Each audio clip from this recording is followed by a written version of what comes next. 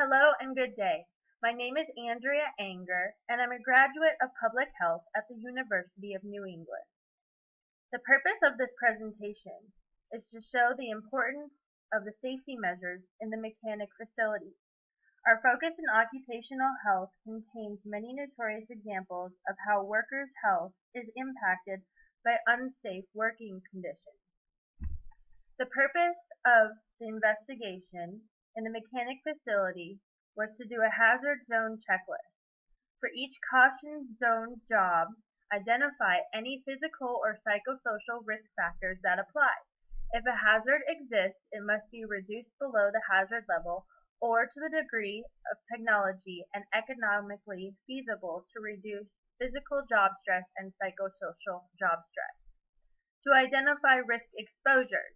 A risk exposure is a loss of productivity on the workplace and risk to human health and well-being due to potential accident or injury hazards long-term and short-term. Then, to go ahead and propose a possible intervention. We can propose a primary, secondary, or tertiary prevention method in order to reduce accident and injury incident rates. The background of one of the hazard exposures that we found in the hazard zone checklist was noise pollution. Noise pollution is one of the two primary hazards that I choose to focus on in this presentation for the mechanic facility. This is in order to help your establishment. Long-term hearing loss is the second most commonly self-reported occupational injury. I have focused on an 8-hour workday for the duration of the exposure of noise pollution at the mechanic shop. There are 15 full-time employees working 8-hour workdays which supports the reasoning of why I'm doing the study on that specific population. The result is that the average noise pollution is 60 decibels, which is pretty decent. Now, when the mechanics started the air hammer, the increased noise pollution went up to 75 to 85 decibels. If you look below, there's a chart of several different types of noise pollutions and the decibels that they measure.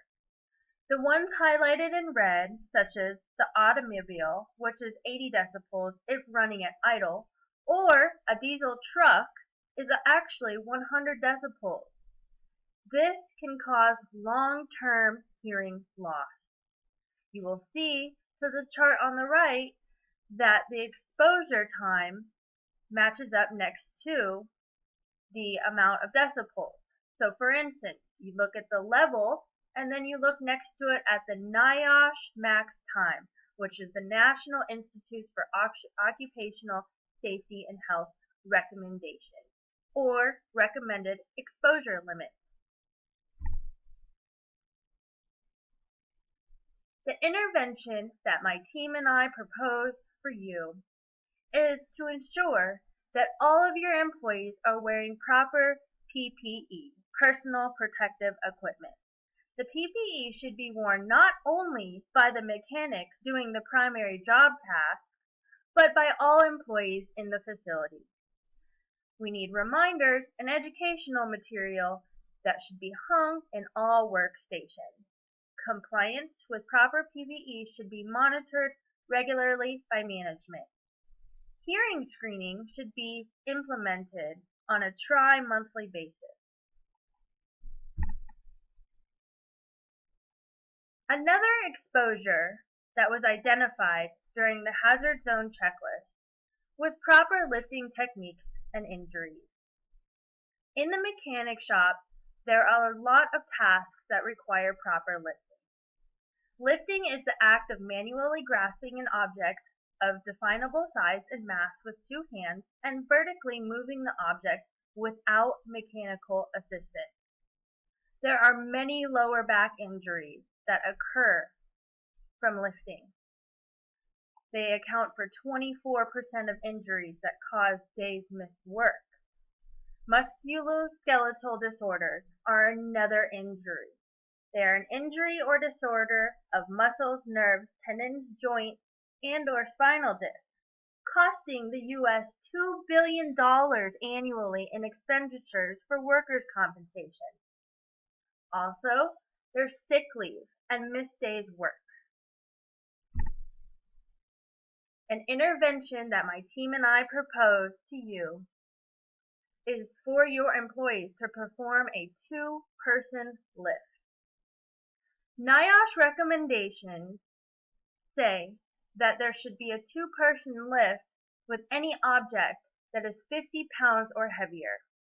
The tire in the mechanic shop setting video that was evaluated weighed anywhere between 50 to 75 pounds. There was one single mechanic that was lifting this tire. In order to reduce back strain and injury, the intervention that my team and I are proposing is to put in a two-person lift. A two-person lift will ensure less back strain, less injury, fewer pivots, and less muscle strain. So doing a two-person lift, communication is the key to proper lifting. You must take a balanced stance with your feet at shoulder width apart. It is okay to put one foot behind the object and the other next to it. You need to communicate with your partner that you are ready. You squat down but keep your heels off the floor, on the balls of your feet. Use your palms and not just your fingers to get the secure grip on the object. Make sure that this grip will hold you and you will not have to switch your grip that will cause pivoting later in the lift. Lift slowly without jerking, using your leg, abdominal, and buttock muscles while keeping the load as close to you as possible. Continue communicating with your helper. Once you are standing, do not twist. When you change directions, point your feet in the direction that you want to go and then turn your whole body. Do not twist with the object while you are walking. To lower the load, place the object on the specific position spot and use the same guidelines when communicating to your helper that you are done lifting. This proper instruction and training implementation will help the employees at the mechanic facilities to reduce accident and injury. It is always important to look out for the health and well-being of the workers present. This will ensure high-quality completed job tasks and better productivity. It will also help the longevity of your fellow human peers' health. Many small variables can make a huge difference if we just take the time to educate and work together to complete jobs the safest way possible. Thank you for your time.